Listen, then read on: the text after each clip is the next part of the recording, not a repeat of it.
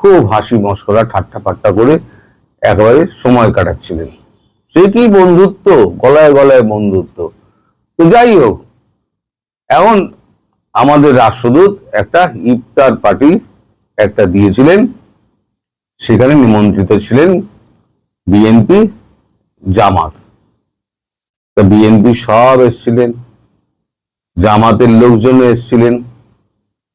তারেক রহমান তার একটা অন্যত্র একটা ইফতার পার্টি অ্যাটেন্ড করে তার আসার কথা ছিল। তিনি বলেছিলেন 5 মিনিট দেরিতে পৌঁছাবো। উনি এসছিলেন। তা যথারীতি ইফতার পার্টি আমি শুনলাম সমগ্র অনুষ্ঠানটা মানে করতে যা সময় লাগে সেটা হচ্ছে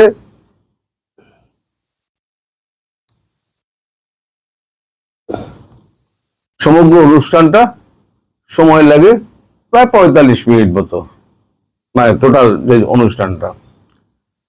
এখন সেই 45 মিনিট অনুষ্ঠানের শেষে আমাদের তারেক রহমান তিনি আমাদের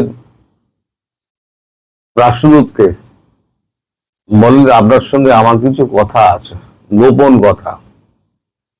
তারপরে তাকে ডেকে নিয়ে যান একেবারে ঘরের কোণার দিকে একটা, আপনারা যাকে চিপা বলেন, সেখানে মিনিট 7 তাদের মধ্যে কথা হয় এবং হ্যান্ডশেক ফ্যান্ডশেক হয় খুব হৃদ্যতার সঙ্গে। দুজনের হাত চেপে, দুহাত চেপে, মানে হ্যান্ডশেক করলে আর একটা হাত যেমন তারপরে আবার যেমন হাতের ওপরে হাত দিয়ে চেপে ধরা হয়, সেরকম ভাবে জোরালো হ্যান্ডশেক ফ্যান্ডশেক করলেন। তার মানে একটা কিছু ভারতের সঙ্গে, ভারত যা চাইছে তার সঙ্গে হয়তো তারেক রহমান সহমত হয়েছেন, তার জন্যই হয়তো আমাদের রাষ্ট্রদূত তাকে মানে হ্যান্ডশেক করে তাকে ধন্যবাদ জানাচ্ছিলেন। এই যখন চলছে সেই সময়তে জামাতের নেতারা একটু উসখুস করছিলেন যে তারাও একটুখানি গিয়ে নিভৃতে কথা বলবেন, কিন্তু রাষ্ট্রদূত বলেন আমার একটা কাজ রয়েছে, আমি আর কারোর সঙ্গে আলাদা করে সময় দিতে পারবো না, আমার কিছু অ্যাপয়েন্টমেন্ট আছে, আমার সেখানে যেতে হবে, ফলে পরবর্তী মিটিং যেদিনকে হবে সেদিনকে আপনাদের সঙ্গে নিশ্চয়ই কথা হবে বলে উনি কেটে যান। এইখানে কিন্তু এনসিপি কে ডাকা হয়নি। এনসিপি 2-4 জন ফোন করে আমাদের রাষ্ট্রদূতকে মানে অনুগ্রহ চেয়েছিলেন যে আমরাও আসতে চাই। রাষ্ট্রদূত পরিষ্কার বলে দিয়েছেন যে এটা আমরা বিএনপি এবং জামাত দুটো বড় দলের সঙ্গে বৈঠক করছি, এখানে আপনাদের পরে ডাকা হবে, এইখানে এখনই আপনাদের ডাকার কোনো প্রসঙ্গ আসছে না। আমরা এনাদের সঙ্গে আমি আগে কথা বলে নিই, এনাদের মতামত জেনে নিয়ে তারপর সিদ্ধান্ত নেব আপনাদের সঙ্গে কথা বলা যায় কিনা। আসলে এরা তো হয়ে গেছে ছাগলের 3য় সন্তানের মতো। ওই দুটো ছাগল দুধ খাচ্ছে আর 3 নম্বর ছাগলটা লাফাচ্ছে, ওদের খাওয়া শেষ হয়ে গেলে আমি খাবো, ওদের খাওয়া শেষ হয়ে গেলে আমি খাবো। এটা হচ্ছে ছাগলের 3য় সন্তান। আমি বলেছিলাম এই সব 3য় সন্তান এরা মরবে, এতে অবস্থা খুব খারাপ হবে। তো যাই হোক, আজকে বিকেল 4টের সময় একটা বৈঠক হওয়ার কথা লন্ডনে। ডক্টর জয়শঙ্কর, খলিলুর রহমান এবং হুমায়ুন সঙ্গে যে লেজুর গিয়েছেন হুমায়ুন ওই বৈঠকে থাকবেন কি থাকবেন না সে খবর আমি জানি না, কারণ জয়শঙ্কর যে অ্যালাউ করবেন কি করবেন না, কারণ উনি পররাষ্ট্রমন্ত্রী, তো পররাষ্ট্রমন্ত্রী কথা বলবেন, কোন ডেপুটি কারোর সঙ্গে উনি কথা বলবেন না, আর থার্ড পার্টি কাউকে উনি হয়তো অ্যালাউ নাও করতে পারেন এই গোপন বৈঠকে। তো এই বৈঠকের খবর তো আর তাড়াতাড়ি আমরা পাবো না, এই বৈঠকের খবর হয়তো আমরা 1-2 দিনের বাদে পাবো যে বৈঠকে কি কি আলোচনা হয়েছে না হয়েছে। তবে এটা যে ভারত এবং বাংলাদেশ কেন্দ্রিক এবং আওয়ামী লীগ তার মধ্যে একটা বড় ফ্যাক্টর, এটা নিঃসন্দেহে বলা যায়। এবং 1 নম্বর 2 নম্বর পয়েন্টটিকে আমি বারবার বলে যাচ্ছি আপনাদের, 1 নম্বর আর 2 নম্বর পয়েন্ট যেটা আছে সেটা হচ্ছে শেখ হাসিনার বিরুদ্ধে সমস্ত মামলাকে তুলে নেওয়া আইসিডি ট্রাইব্যুনাল থেকে, আর দ্বিতীয় হচ্ছে তাকে রাজনৈতিক কর্মকাণ্ডের মানে পরিবেশ সৃষ্টি করা, অনুকূল পরিবেশ সৃষ্টি করে রাখা, যাতে ভারত খুব তাড়াতাড়ি, ভারত চেষ্টা করছে মার্চ এপ্রিলের মধ্যে তাকে ঢোকানোর। এটা কিন্তু আমার কথা নয়, এটা আপনারা ধরে নেবেন না যে আমি বলছি, এটা আমার কথা নয়, এটা কূটনৈতিক মহলে শোনা যাচ্ছে যে এরকম একটা ভারতের প্ল্যান রয়েছে মার্চ এপ্রিলের মধ্যে। মার্চে হয়তো হবে না, এপ্রিলে যদি মার্চে যদি পার্লামেন্ট না বসে, এপ্রিলে যদি বসে, এপ্রিলে পার্লামেন্টের পরে হয়তো একটা সিদ্ধান্ত হবে, তখন মামলা টামলা তুলতে সময় লাগবে। সেরকম কিছু হলে হয়তো তারপরে শেখ হাসিনাকে বাংলাদেশে ফেরত পাঠিয়ে দেওয়া হবে, তাকে সম্পূর্ণ সুরক্ষা দিয়ে, এবং সুরক্ষার গ্যারান্টি তারেক রহমানকেও দিতে হবে। তারেক রহমান এখন সেই গ্যারান্টিটা মানে খাতায় কলমে উনি মেনে নিয়েছেন, উনি কিন্তু দস্তাবেজে সই করেছেন। এখন দস্তাবেজে সই করার পর এখন উনি পিছিয়ে তো আসতে পারবেন না। আর এখন যা পৃথিবীর যা অবস্থা ঠিক এই মুহূর্তে, তাতে ভারতের মুখাপেক্ষী হওয়া ছাড়া বাংলাদেশে আর কোনো পথ নেই। সবাইকে ভারতমুখী হতে হবে। আমি বলেছি না, এখানে ক্ষমতায় বিএনপি আসুক, জামাত আসুক, আওয়ামী লীগ আসুক, জাতীয় পার্টি আসুক, 14, 15, 16 দল, 32 দল, যেই আসুক না কেন ক্ষমতায়, যারা ক্ষমতা দখল করবে, যতই ভারত বিদ্রোহী কথাবার্তা বলুক না কেন, তাদের কিন্তু ওই ভারতের কাছেই আসতে হবে।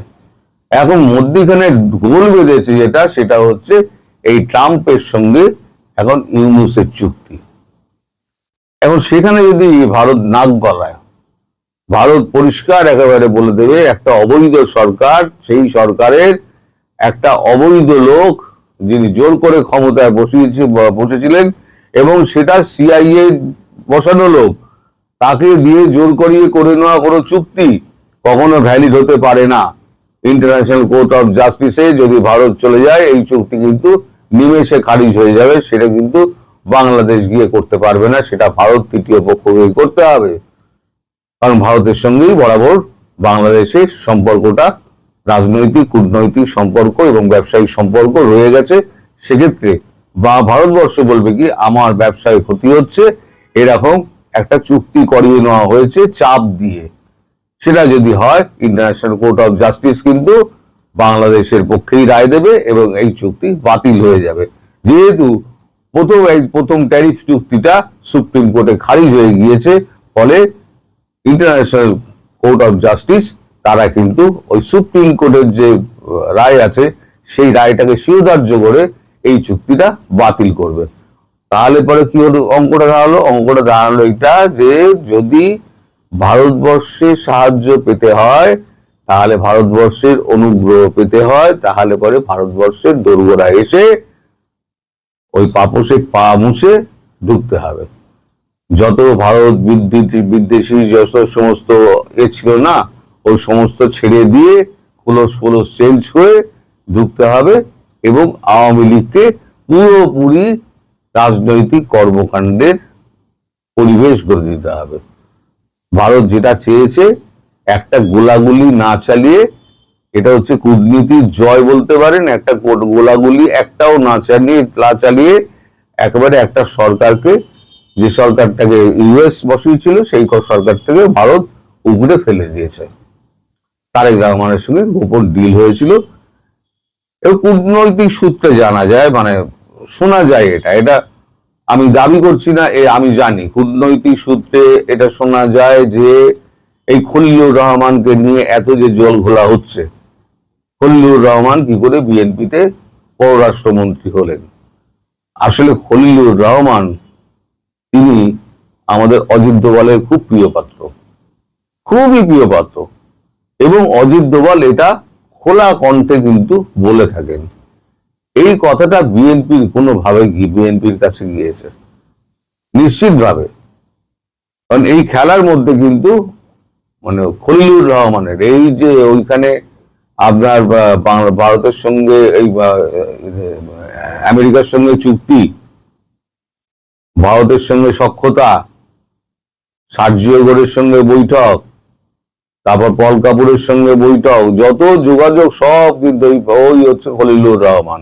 এই একমাত্র ব্যক্তি বিএনপির মধ্যে, বাংলাদেশের মধ্যে একমাত্র ব্যক্তি হচ্ছে খলিলুর রহমান, যিনি সমগ্র একে ব্যক্তিকে এক কাট্টায় ধরে রেখে দিয়েছেন। এমনকি চায়না পর্যন্ত, রাশিয়ার লুটনিক পর্যন্ত সবাইকে কিন্তু একই সূত্রে উনি বেঁধে রেখে দিয়েছেন। লোকটা কিন্তু যার যাই বলুন, লোকটা কিন্তু অনেক কাজের প্রখর বুদ্ধি সম্পন্ন লোক। ফলে এই লোককে যদি আপনারা পররাষ্ট্র মন্ত্রী করে রেখে দিয়েছেন, এই লোকটা কিন্তু কাজের লোক। আপনারা যতই নিন্দুকেরা নিন্দা করুন না কেন, উনি কিন্তু বাংলাদেশের জন্য কাজ করবেন। এবার 7ই মার্চ একটা ভিন্ন ধরনের হলো। 2025-এর 7ই মার্চ আমরা দেখেছি চারদিকে শুনশান। এবারে কিন্তু মাইক টাইক দু চারটে বেজেছে, তারপরে 3-4টে অ্যারেস্ট হয়েছে, আবার রাত্রিবেলা তাদেরকে জামিন দেওয়া হয়ে গেছে। সেটা হচ্ছে লোক দেখানো। এখন যেটুকু হচ্ছে না, আপনারা দেখছেন যে এখানে ধরা হচ্ছে, ওখানে ধরা হচ্ছে, সেটা হচ্ছে একটা ব্যালেন্সের খেলা। ওই ট্রাপিজের খেলা হয় না, এখন তারেক রহমান ট্রাপিজের ওপরে, দড়ির ওপরে হাঁটছেন। তিনি যদি এখন চূড়ান্ত ভারত বিরোধিতা করেন, তাহলে ভারত হাত ছেড়ে বেরিয়ে যাবে। আবার যদি ভারতের গুণগান গান, তাহলে দেশের পাবলিক ওনাকে ছাড় দেবে। তাহলে কি করতে হবে? ওনাকে একটা ব্যালেন্স করে চলতে হবে, যে দেশের লোককে দেখাতে হবে যে আমি আওয়ামী লীগের বিরুদ্ধে কাজ করছি এবং দেশের স্বার্থ, ভারত বিরোধী কাজকর্ম করছি, যতক্ষণ না পর্যন্ত বাংলাদেশের এই জনগণ বুঝতে পারবে। যে আদৌ বুঝতে পারবে কিনা সে ব্যাপারে আমার সন্দেহ আছে, আদৌ বুঝতে পারবে কিনা। কারণ বুদ্ধি তো সব হাঁটুর গোড়ায়, বুদ্ধি তো নাই। পড়াশোনা না করলে বুদ্ধি আসবেই করে।